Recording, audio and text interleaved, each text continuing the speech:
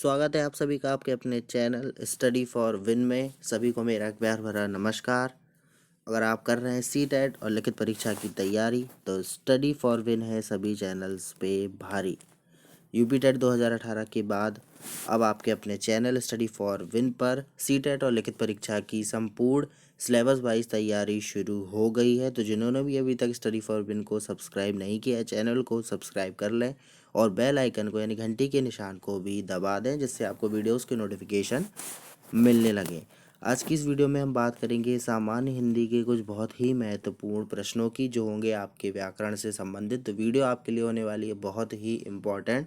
तो वीडियो को लास्ट तक बहुत अच्छे से देखिए और कमेंट सेक्शन में कमेंट करके हमें बताइए कि वीडियो के बारे में आपका क्या एक्सपीरियंस रहा।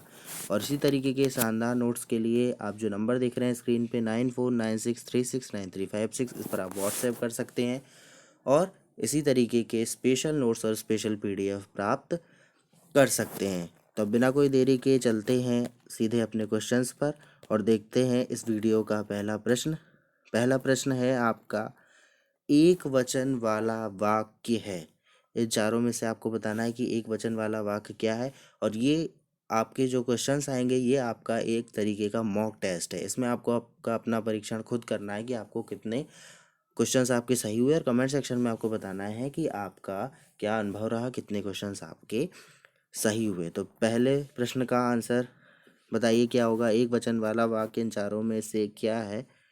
तो एक वचन वाला वाक्य है आपका ऑप्शन फर्स्ट, हाथी आ रहा है। यह है एक वचन का वाक्य। अगला प्रश्न है आपका, देवर का स्त्रीलिंग है। इन चारों में से आपको बताना है कि देवर का स्त्रीलिंग क्या है। तो देवर का जो स्त्रीलिंग है आपका वो है देवरानी। ऑप्शन 4 आपका सही है, देवर का स्त्रीलिंग देवरानी। नेक्स्ट है, सामान्य भूतकाल का उदाहरण है।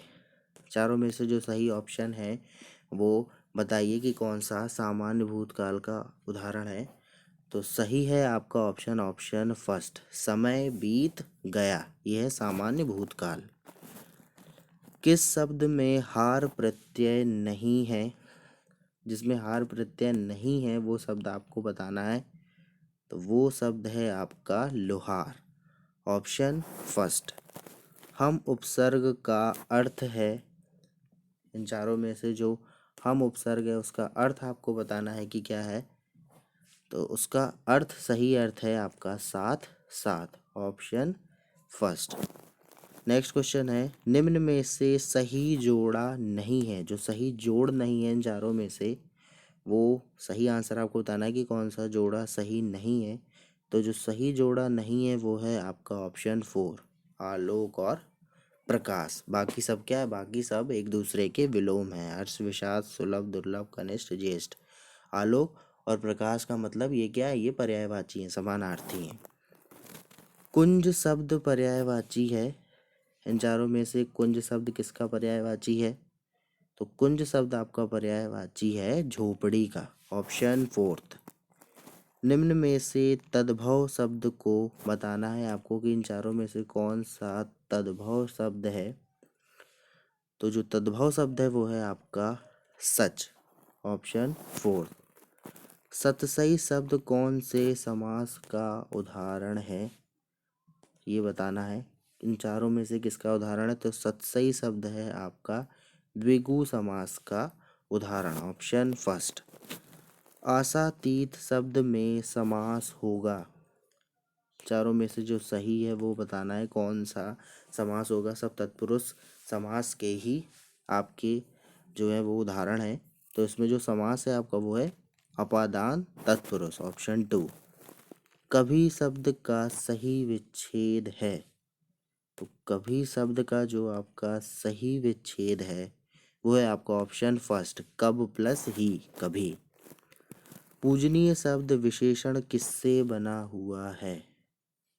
तो पूजनीय शब्द जो विशेषण है वो आपका बना हुआ है क्रिया धातु से। ठीक, ऑप्शन 2 आपका सही है। वह क्या खा रहा है। इसमें जो क्या शब्द है, जो अंडरलाइन है आपका रेखांकित, वो बताना है कि क्या है। तो वो है आपका क्या, वो है आपका प्रश्नवाचक सर्वनाम। ठीक है, प्रश्न पूछा जा रहा है कि वह क्या खा रहा है, तो क्या जो शब्द है वो प्रश्नवाचक सर्वनाम। गोस्वामी ने रामचरितमानस की रचना की। तो जो रेखांकित शब्द है गोस्वामी, उसमें बताना है कि कौन सी संज्ञा है आपकी। तो उसमें आपकी संज्ञा है व्यक्तिवाचक संज्ञा। ऑप्शन 3। वह पढ़कर आएगा वाक्य में क्रिया का प्रकार है। इस वाक्य में बताना है कि किस प्रकार की क्रिया है इन चारों में से। तो इसमें है आपकी पूर्वकालिक क्रिया। ऑप्शन 4 आपका सही है, पूर्वकालिक क्रिया। वीडियो अगर पसंद आ रहा है दोस्तों तो हर बार की तरह आपको इस बार भी वीडियो को लाइक करना है और कमेंट सेक्शन में आपको ज़रूर बताना है कि आपको प्रश्न कैसे लगे, आपका क्या एक्सपीरियंस रहा, क्या आपका अनुभव रहा।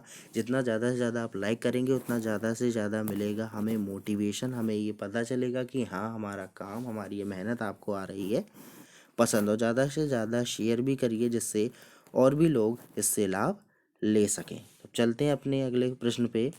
ऊँट के मुंह में जीरा, इसका अर्थ बताना है आपको कि इसका अर्थ क्या है।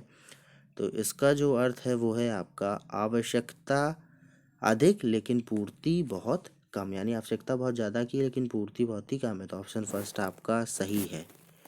थूक के चाटना मुहावरे का अर्थ है। तो इसका जो सही ऑप्शन है वो इन चारों में से आपको बताना है कि कौन सा है। तो सही जो है वो है आपका ऑप्शन 4, कथन पर अडिग नहीं होना, यानी कि क्या पहले कुछ और बात करना बाद में कुछ और बात करने लगना। थूक के चाटना। मेरा छोटा भाई बहुत पढ़ता है, रेखांकित शब्द में कौन सा पदबंध है। जो पदबंध है रेखांकित शब्द में यानी मेरा छोटा में, उसमें आपको बताना है कि कौन सा पदबंध है। तो वो है आपका विशेषण पदबंध। सूर्योदय हुआ और पक्षी बोलने लगे, वाक्य का कौन सा प्रकार है, यानी किस प्रकार का वाक्य है ये आपको बताना है कि ये किस तरीके का वाक्य है। तो यह है आपका संयुक्त वाक्य। ऑप्शन 3। निम्नलिखित शब्दों में एक वचन है, इनमें से जो एक वचन है वो आपको बताना है कि कौन सा एक वचन है। तो वो है आपका आकाश। ऑप्शन फर्स्ट ये आपका एक वचन है। सूर्य शब्द का स्त्रीलिंग क्या होगा। पहला लिखा है सूर्याणी, सूर्यो, सूर्याई या सूर्या। तो इसका जो स्त्रीलिंग होगा वो होगा सूर्या। ऑप्शन 4। हेतु हेतु मदभूत भूतकाल का उदाहरण है। इन चारों में से बताना है कि हेतु हेतु मदभूत भूतकाल का उदाहरण कौन सा है। तो वो है आपका ऑप्शन फर्स्ट, वे आते तो सब पढ़ते। नेक्स्ट क्वेश्चन है आपका आस प्रत्यय से बना शब्द है। तो आस प्रत्यय से जो बना शब्द है वो है आपका खटास। ऑप्शन 2 इसमें क्या है आस प्रत्यय। नी उपसर्ग वाला शब्द है। इन चारों में से जो नी उपसर्ग जिसमें लगा है वो बताना है कौन सा शब्द है। तो वह है आपका निडर।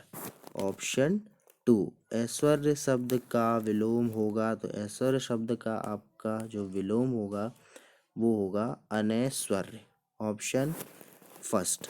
वैजयंती शब्द पर्यायवाची है, जिसका पर्यायवाची है वैजयंती, वो बताना है इन चारों में से किसका है। तो वैजयंती आपका पर्यायवाची है झंडे का। ऑप्शन 4। देशज शब्दों के युग्मों को अलग करो। जो देशज शब्द का युग्म है उसको बताना है कि इन चारों में से कौन सा युग्म है।